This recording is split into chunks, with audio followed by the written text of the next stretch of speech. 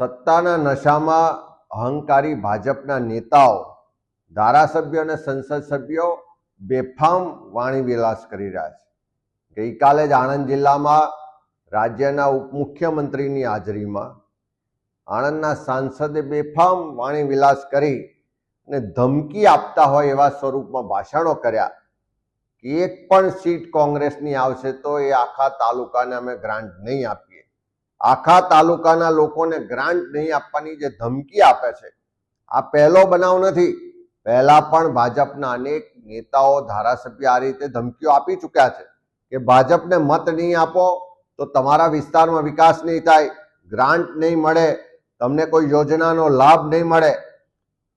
એ નેતાઓને કહેવા માંગીએ છીએ કે પ્રજાએ મત આપ્યા એટલા માટે ચૂંટાયા છો, પ્રજાના પડસેવાના ટેક્સના પૈસામાંથી પગાર લો છો, પ્રજાના પડસેવાના પૈસામાંથી રાજ્ય સરકારનું બજેટ બને છે અને એ બજેટમાંથી આ વિવિધ વિકાસની ગ્રાન્ટો આવે છે।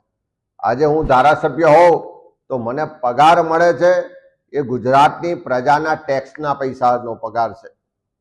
મને જે ગ્રાન્ટ મળે છે એ ગુજરાતની પ્રજાના ટેક્સના પૈસામાંથી જે બજેટ બને છે એમાંથી ગ્રાન્ટ મળે છે।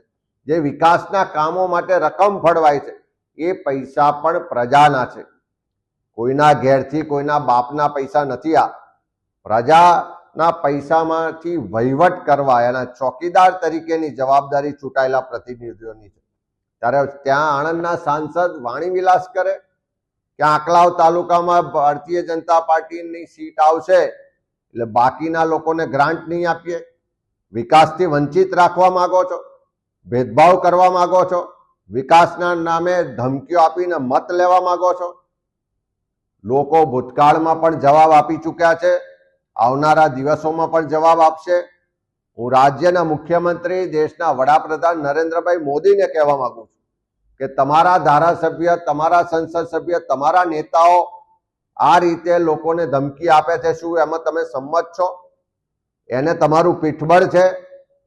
ગુજરાતની જનતા બહુ સમજુ ને શાણી છે, પ્રજાના પડસેવાના પૈસામાંથી પગાર લો છો, પ્રજાના ટેક્સના પૈસામાંથી ગ્રાન્ટ મેળવો છો અને ગ્રાન્ટ ફાળવવા માટે ધમકી આપવામાં આવે, વિકાસના નામે ધમકી આપવામાં આવે, ધમકી આપીને મત લેવાનો પ્રયત્ન કરવામાં આવે, એવા લોકોને આવનારી 26 તારીખે ગુજરાતની જનતા પણ જવાબ આપશે, એમની શાન પણ ઠેકાણે લાવશે।